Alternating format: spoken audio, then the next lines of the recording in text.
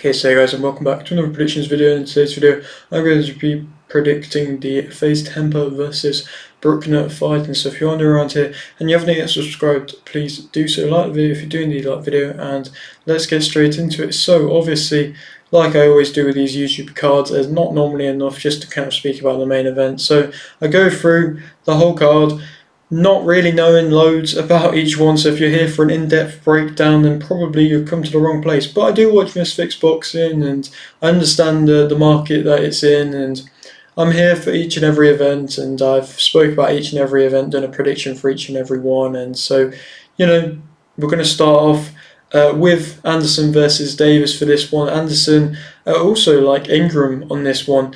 Anderson is having his debut here. He's been seen as quite a sought after amateur. It's weird, in my opinion, why pros that have got good amateur experience are turning pro with Misfits Boxing. I don't know why Misfits Boxing are wanting them. I don't know what kind of a market they see, because I don't really think they're that sellable, and they're that, they're going to bring that much of a big fan base and things like that. But Anderson, he's got an experienced amateur background. He's against somebody who's just kind of not really got a winning record. I think he's like 1-5 or something like that. And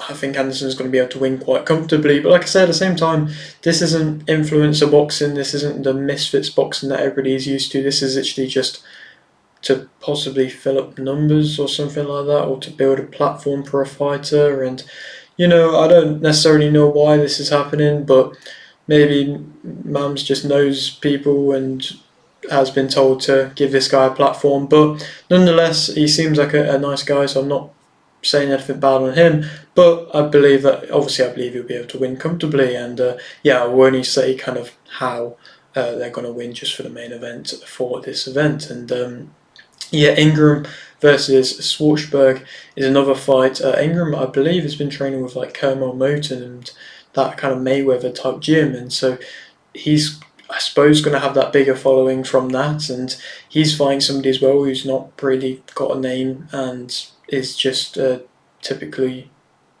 journeyman type fighter that's going to be fighting a lot of fighters when they're on the come up. But that means I believe Ingram's going to be able to win comfortably as well. So, I suppose if they both come and win comfortably, then maybe they'll call out one of the influencer boxers. We'll have to wait and see. But I suppose it'll be an interesting start to the event. And then moving on to Gotti versus Fields.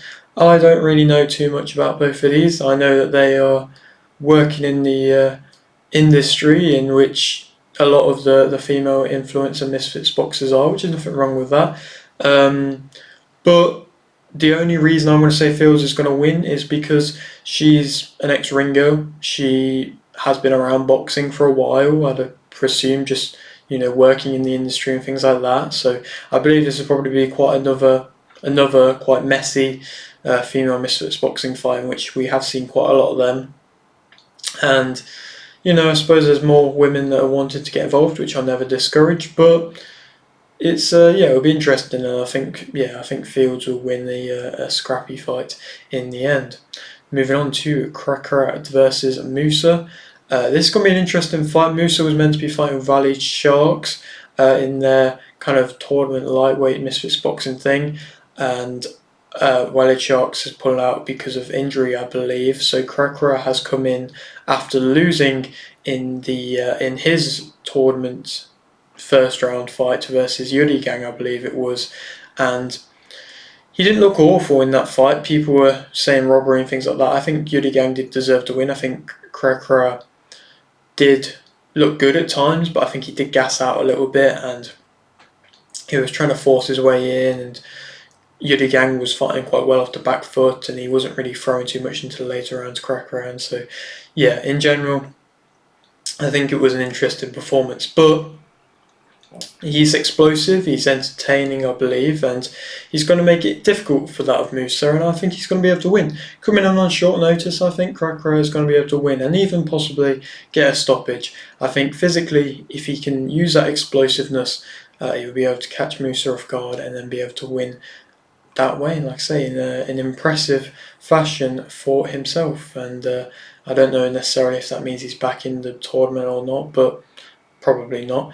But yeah, possibly we'll see him versus Wally Sharks next. Moving on to Yuri Yang versus King, which is one of the confirmed bouts in the tournament, and I think this is going to be interesting. King was seen to have won a robbery type fight against Puli Arif in their fight in the first round of their tournament fight. But I don't think he looked awful, and maybe not. I think one of the scorecards had it like 5-0 to him, which I didn't agree with, which was pretty wild. But I still think he possibly could have done enough to win. But Yuri Gang is also been in quite a few close fights himself, and typically been able to get the nod. And I believe he's going to be able to do that again. I think he is improving, and I think he does fire off the back foot well and pick his shots quite well at mid range. So yeah, I think he'll be able to win. Does he go on to beat Valley Sharks? I don't know. But Valley Sharks has a lot of pressure on him to be able to win this tournament, to be able to get himself another shot with Dean. So if he can't deal with that pressure, Yuri Gang is definitely somebody who's slowly kind of creeping. He's been fighting quite a lot on these Misfits events, and he is making a name for himself, which, he wasn't a massive name before Misfits. And so yeah, you never know. He could progress himself if he keeps winning into a big fight, and yeah, I think he could win this one. Then moving on to Taylor versus Eriksson.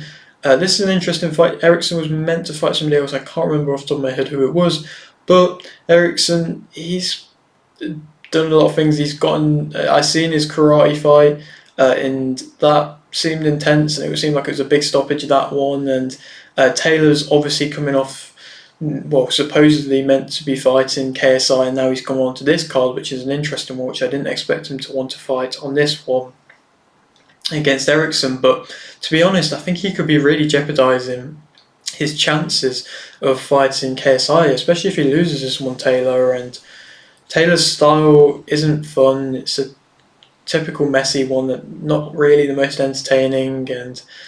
But I don't know, I think Eriksson will be able to handle that. I think he'll be physically strong enough to be able to deal with that, and I think you have to be against Taylor. And I think Eriksson can come and win.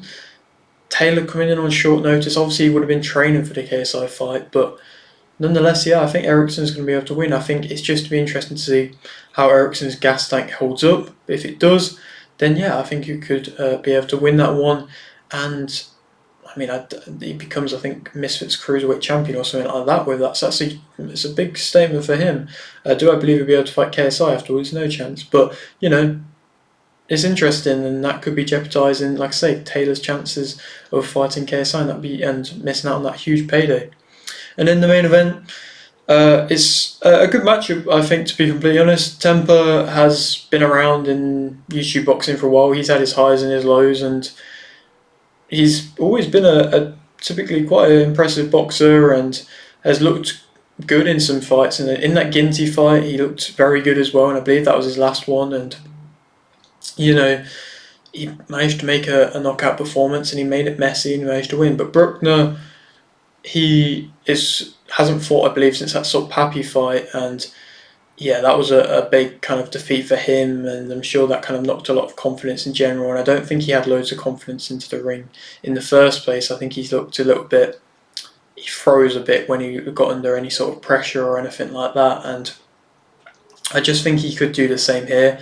Temper, I don't believe he's a crazily powerful puncher, but I think he knows how to make it messy, he knows how to put pressure on, and I think Temper, now being the more aggressive Temper that we're seeing, will be able to win via unanimous decision. Obviously, Brueckner is strong and he's physically big and he could land a big shot, but I think Temper, like I say, could just make it messy, be on the in close, and I don't know if Brueckner's really aggressive enough.